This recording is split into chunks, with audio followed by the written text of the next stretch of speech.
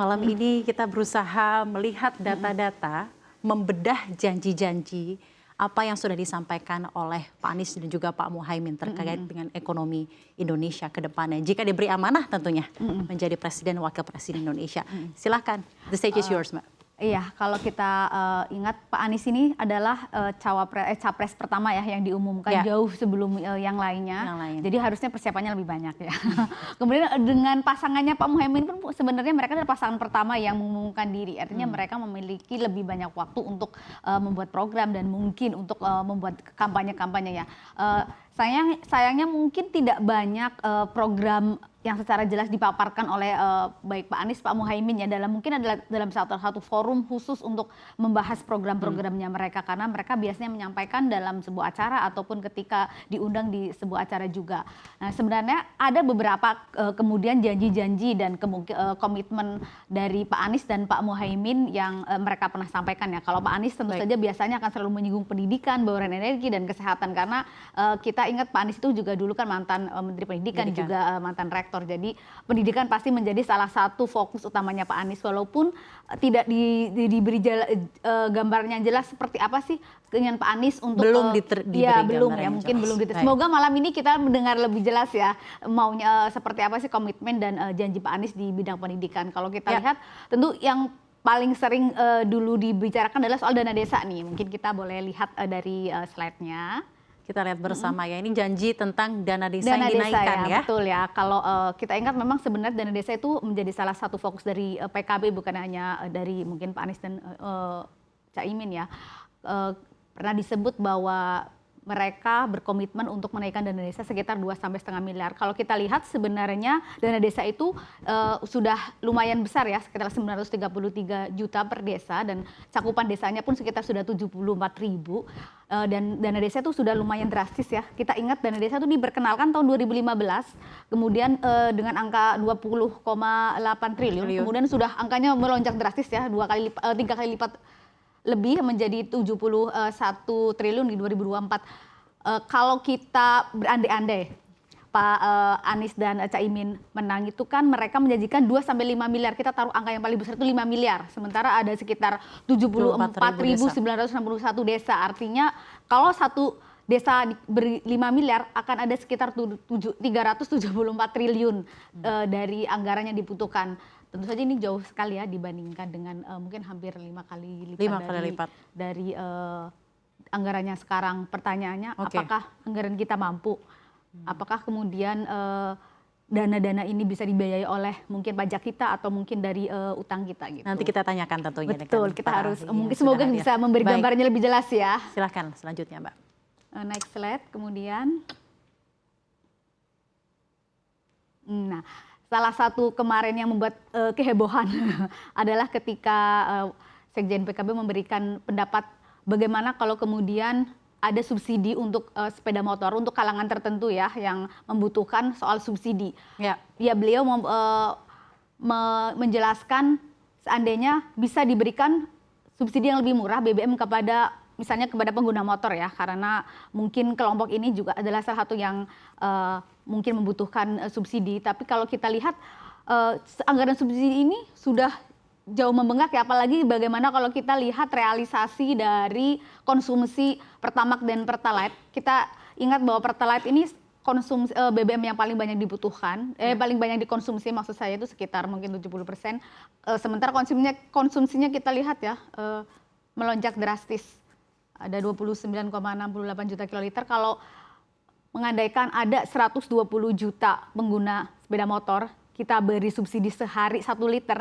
Artinya berapa sih sebenarnya kebutuhan dari subsidi itu? Kalau dari hitungan CNBC sendiri itu angkanya ya sekitar 134 triliun. Artinya anggarannya tuh pasti akan membengkak dari yang sekarang, karena dengan harga Pertalite sekarang kan 10.000 ya. Keinginannya dari PKB itu diturunkan menjadi 7.000. Artinya ada subsidi sekitar 3.000 di sana. Padahal tanpa subsidi pun Pertalite sudah sangat membengkak. Kita ingat ya, tahun kemarin itu Pertalite dijadikan salah satu bahan bakar yang disubsidi, itu anggarannya langsung melonjak subsidinya dari sekitar 100 menjadi 442 triliun anggaran dan kompensasi. Artinya ada subsidi yang sangat besar di sana. Apalagi dengan semakin murahnya Pertalite, kalau 7.000 Betul. tentunya akan kuantitasnya juga akan bertambah. Nah, ya. pertanyaannya kalau Pertalite kemudian disubsidi, berapa banyak yang kemudian akan menggunakan itu Pertalite. ya, istilahnya akan transmigrasi ke sana. Kemudian Oke. berapa konsumsi yang akan jebol ini? Orang kan kalau subsidi makin murah bukannya makin mengerem konsumsi, pasti akan menambah karena tos disubsidi akan lebih murah. Ini yang menjadi perhatian besar karena Baik. tanpa ada subsidi pun anggaran subsidi BBM itu selalu bengkak tiap tahunnya dan menjadi perhatian besar karena bisa memakan 15% dari anggaran dari APBN sendiri. Artinya bahwa ada kebutuhan dana yang sangat besar, tapi apakah kemudian manfaatnya sebesar dari yang dikeluarkan? Karena anggaran sebesar itu bisa dimanfaatkan mungkin untuk kesehatan dan pendidikan. Oke, kita lanjut ke data berikutnya. Itu tadi untuk Pertalite dan juga Pertamax serta subsidinya ya Mbak Esa. Nah, ini apa nih, bauran EBT? Bauran 12,3%. energi baru terbarukan. Targetnya sendiri untuk 2025 itu di sekitar 23%. Sementara 23%. kita sangat jauh sekali dan Pak Anies memang ini menjadi salah satu konsentrasi perhatian besar Pak Anies ya. Kita juga ingat dulu ketika Pak Anies menjadi gubernur ada beberapa perubahan mungkin kayak dari Transjakarta menjadi ada yang sebagian di listrik dan komitmen beliau untuk meningkatkan EBT mungkin sudah terbukti di Gubernur DKI ya, saat menjadi Gubernur DKI. Pertanyaannya adalah mampukah untuk meningkatkan sedemikian besar si EBT sebesar apa, karena pertambahannya kita lihat sangat kecil ya. Kalau kita lihat 2018 sampai hingga 2022 4 tahun pun hanya sekitar 4%, sementara ada kita punya potensi yang memang sangat besar dan Pak Anies juga selalu mengingatkan bahwa Indonesia itu punya potensi luar biasa di EBT dari segi mungkin surya dan mungkin angin ya, tapi persoalannya belum banyak dimanfaatkan karena persoalan investasi dan lain-lain. Pertanyaannya adalah seberapa besar sih kemudian ini akan dinaikkan dan seperti apa gambaran programnya, karena bagaimanapun EBT membutuhkan investasi yang sangat besar ya dan dukungan dari banyak investor gitu. Oke, baik. Ini data berikutnya tentang EBT dan targetnya tahun 2025 di 23%. Kalau kita benar sekali seperti katanya Mbak Esa bahwa mungkin kenaikan paling drastis hanya di kisaran 1,9% saja ini dari 2017 ke 2018. Kita hanya punya 3 tahun lagi menuju target di 23%, dan tentunya kita akan bertanyakan ya bagaimana Pak Anies akan sesuai dengan janjinya itu tadi, sesuai dengan aspirasi lah Betul ya, karena kita juga sendiri. belum mendengar secara jelas seperti apa sih keinginan dari Pak Anies untuk meningkatkan bauran EBT itu. Ya, mungkin akan dijabarkan lebih dalam lagi tentunya di Semoga ya, jadi kita lebih jelas. Kita akan lihat lagi data berikutnya seperti apa Mbak Esa, apa yang sudah menjadi pantauan Anda? Tadi mungkin kita berbalik ke subsidi lagi bahwa ini kalau EBT dinaikkan otomatis berharap bahwa realisasi anggaran subsidi akan berkurang ya, karena bagaimanapun ada penggunaan fosil yang sangat besar di sana dan kita kalau lihat memang realisasinya nih anggaran berbanding alokasi jauh sekali ya, dari semakin melonjak drastis. Kita ingat tahun kemarin ada penambahan subsidi BBM untuk Pertalite sangat besar angkanya, ini sekitar mungkin 15% dari anggaran kita.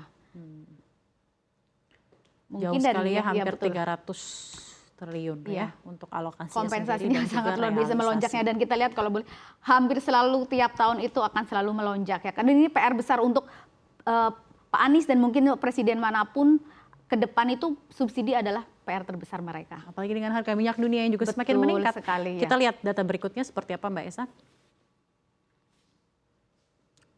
Nah, mungkin ini Pak Anies sebagai gubernur ya. Sebagai gubernur DKI, kita harus ingat bahwa Jakarta ini pasti adalah salah satu pusat bisnis di Indonesia dan pertumbuhannya pun sektornya mengandalkan mungkin beda dengan provinsi lainnya yang sangat, kalau Jakarta mungkin jasa dan perdagangan, dan kemudian karena DKI itu adalah center dari ekonomi Indonesia, apapun yang terjadi di Jakarta itu akan sama mempengaruhi ekonomi Indonesia. Kalau kita lihat sebenarnya di era Pak Anies pertumbuhannya cukup tinggi, bahkan jauh lebih tinggi daripada angka di nasional ya. Kecuali ketika kita ingat pandemi, pertumbuhannya sangat jauh.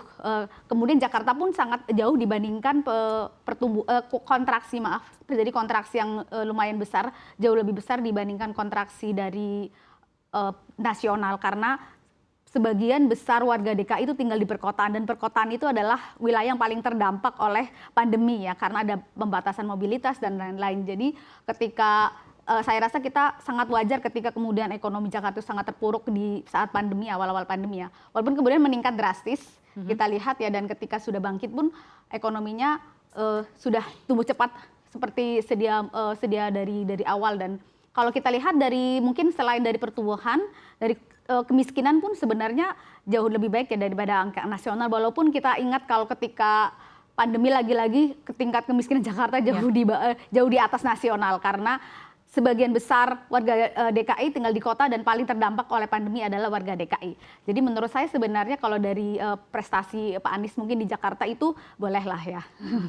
Bagus ya Bagus untuk dalam hal ini. untuk, Kalau kita lihat juga mungkin sebenarnya dalam 6,41, 6,31 sampai terakhir di 5,93 ini jauh lebih tinggi dibandingkan pertumbuhan GDP secara Iya, betul nasional ya. tentunya, dan ini patut juga diapresiasi dalam hal ini. Betul. Adakah data lagi yang disampaikan? Mungkin cukup ya untuk Pak Anies dan Caimin. Sebenarnya kan kita berharap lebih jelas lagi ya program-programnya karena ingin mendengar tidak hanya pemikiran, tapi juga seperti apa sih maunya dibawa ke sana gitu.